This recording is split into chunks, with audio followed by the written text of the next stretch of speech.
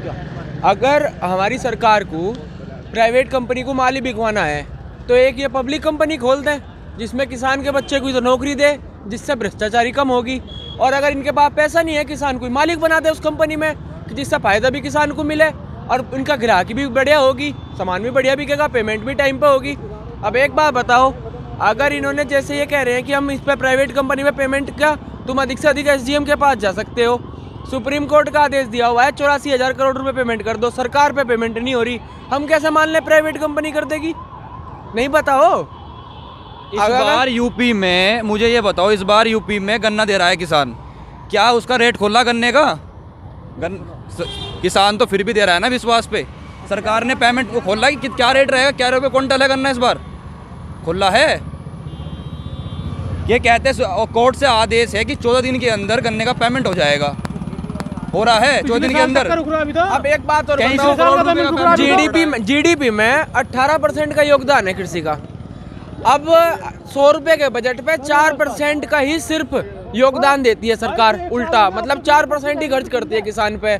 अब ये कह रहे हैं कि 64,000 रुपये सरकार खर्च करती है, कहाँ से 64,000 रुपये खर्च कर रही है? और ये कहने वाले 1,04,000 रुपये कर्जे में है किसान, आमदनी 80,000 रुपये है किसान की, तो कहाँ है कमाई? अब जब फरवरी जनवरी से पेमेंट नहीं दिया हुआ और 1 लाख रुपये किसान कमा रहा है मात्र, उसका ही पेमेंट नहीं देने के तब रोटी खाएगा, क्या करेगा किसान? किसान के बेटे को रोजगार नहीं है, बेरोजगारी अपने चरम सीमा पे पहुंच चुकी है, आपको पता है कोरोना काल में।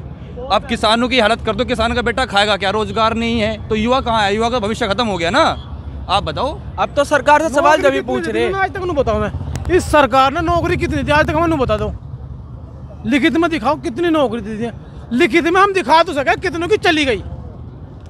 2019 मार्च में रेलवे की नौकरी आई हुई थी, बस ये वैकेंसी के नाम पे भाई हमें वोट मिल जाएंगे, ये और 1-1.5 करोड़ 15-20 करोड़ फॉर्म भरवा दिए। आज लोग बताओ पेपर भी कराओ, पेपर का एक नाम पे ढींगा फोड़ दिया और अगले पेपर का पता नहीं कब होगा, ज्वाइनिंग का ही नहीं पता, कुछ पता ही नहीं, कहाँ से पता नहीं चल रहा सरकार का क्या चाह रही है। और ये कहते हैं कि भाई काम धीरे धीरे होता है, इन्होंने नोट बंद करे, रातों रात किसान को सड़क पर मार दिया।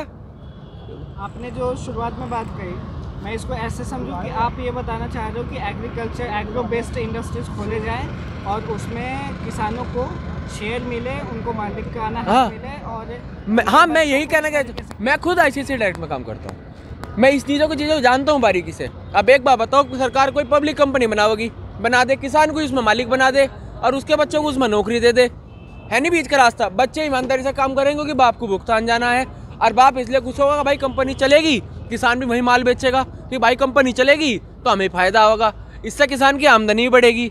नहीं बढ़ने की एक बात बताओ, भुगतान भी टाइम पे मिल रहा सरकारी कंपनी का, और भाई उसमें कंपनी का फायदा भी होगा आगे चल के, तो उसका प्रॉफिट भी मिलेगा। 100 बात की एक बात। बेस्ट इंडस्ट्रीज की अगर बात की जाए, हाँ, तो धान और गेहूं में एग्रो बेस्ड इंडस्ट्रीज क्या क्या हो सकता है?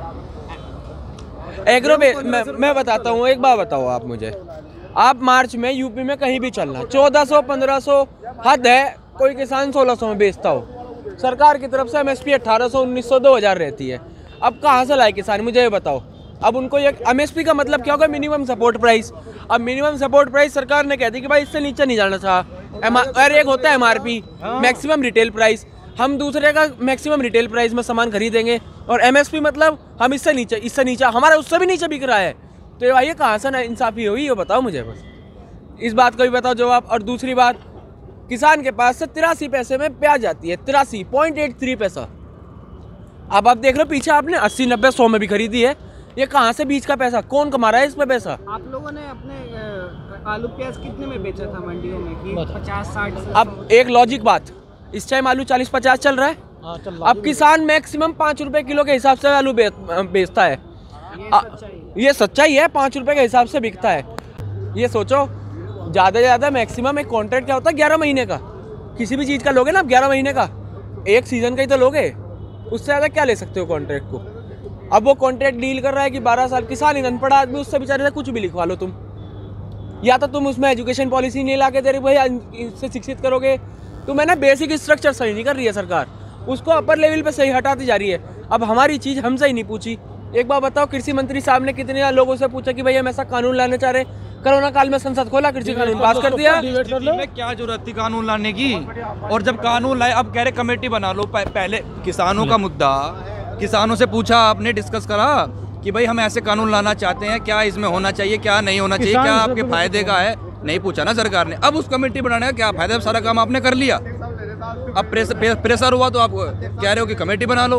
अब कैसे बना ले कमेटी? ये सीजन पता करने का चल रहा है, ये आदमी पागल है जो अपना धंधा छोड़ के बैठे हैं। अब कोई भी आदमी हो, चलो बिजली वाला है, दिवाली वाले सीजन में खड़ा रहेगा, नहीं खड़ा रहेगा कि भाई अपनी दुकान नहीं छोड़ने का। ये आदमी बेवकूफ़ है, अभी ना गेहूँ पे होने, ठीक, इन्हें उनके मिल में गिरने लग रहा, ये क्या करें, कहाँ से लाएंगे?